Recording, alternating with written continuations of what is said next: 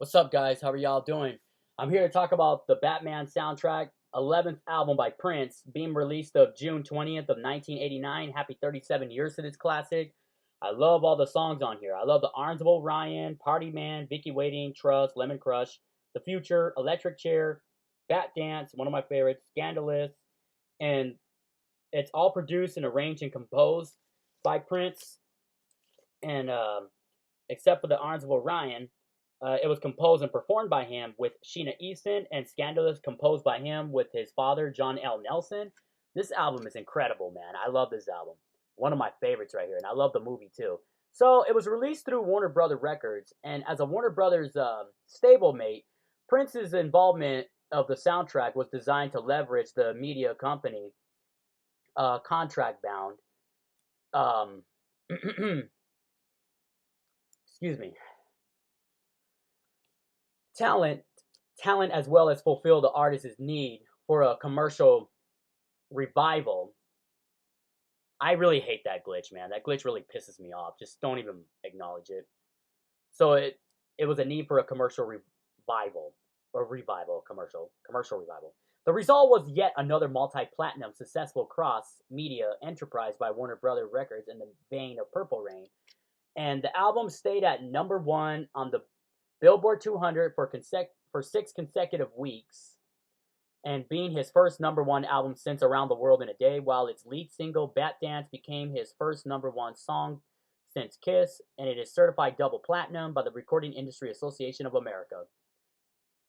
And the album was it was recorded in 6 weeks, from mid-February to late March of '89, and Prince used 3 tracks recorded earlier, The Electric Chair, Scandalous, and Vicki Waiting. Originally, the songs 1999 and Baby I'm a Star from earlier albums were slated to be used in the film, but Prince instead recorded an entire album's worth of material with Batman samples and lyrics. In 2010 Rolling Stone interview, Prince revealed that the project was initially supposed to be a collaboration between himself and MJ, Michael Jackson. Did you know that the album was supposed to be a duet between Michael Jackson and me? Him as Batman and me as the Joker. So Prince would have sung funk songs for the villains, and Jackson would sing ballads for the heroes. And this never came to that, never happened, because Jackson was busy with his Bad World Tour at the time and already signed to Epic Records. He was already signed with them since 1975, while the film was a Warner Brothers production. So the album was performed and entirely composed by Prince, with few exceptions. Sheena Easton, I already mentioned. And the song Trust features a sampled horn part by Eric Leeds and Alana Bliss, and The Future features strings by Claire Fisher and from then unreleased 1986 track Crystal Ball, and samples of the Sounds of Blackness Choir. Batdance includes a sample of Prince's technician Matthew Larson, and Partyman features a sample of spoken word from Anna Fantastic. All dialogue sample on Prince's Batman album is taken directly from a work point of Batman and therefore lacks ADR and Foley. This especially noticeably in the beginning of the first track, Future, with the future, with dialogue of Michael Keaton speaking as Batman. And the producers originally wanted composer Danny Elfman, who was responsible for the film's score, but so with to collaborate with Prince, but he declined. Elfman declined that, and he already had the score's vision and did not want to be a music arranger.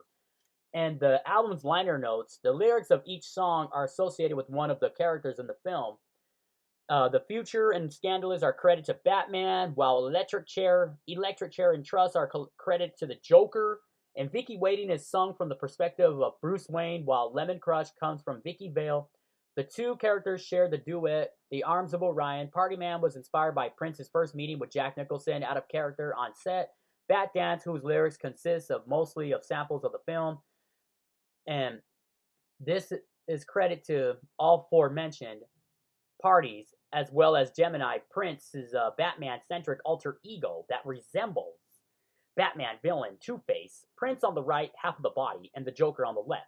Prince himself is credited with singing 2 lines of the album himself, as himself. Who do you trust? If you can't trust God, who can you trust?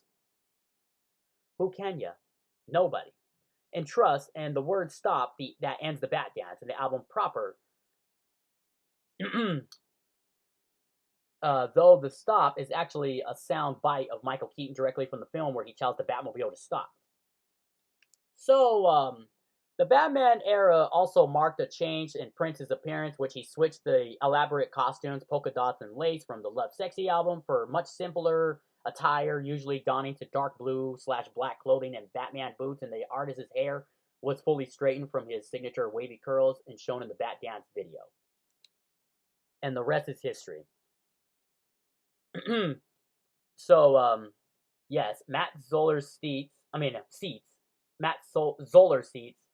had praised of Prince's songs and music videos, and it was more than the film itself, of stating that his songs suggest a goofy, preserved, and sensuous, somewhat introverted Batman film that so far we never gotten from anyone, and arguing that Prince's music videos are more physiologically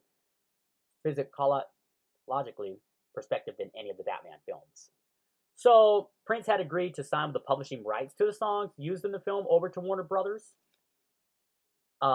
Prince's hit singles from the album were not permitted to appear on any of his hit compilations until the 2016 release Forever, which included the Batdance, only the B-sides, 200 Balloons, Feel You Up, and I Love You and Me, and appeared in his 1993 The Hits, the B-sides collections.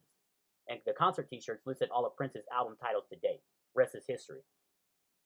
This album will always be a classic, man. Nobody could ever, duplicate a classic like this. And yes, there was a 2005 special edition DVD of the Batman film. It contains Prince's related videos as the bonus feature, although the video for Partyman is an edited down version of the original 7-minute long video. Nobody could ever outdo a classic like this. This will always be a favorite. What is your favorite song off the album? Don't forget to hit like, sub, and comment, and follow your boy. Stay blessed, stay safe, and keep bumping this soundtrack on your turntables. Peace, y'all.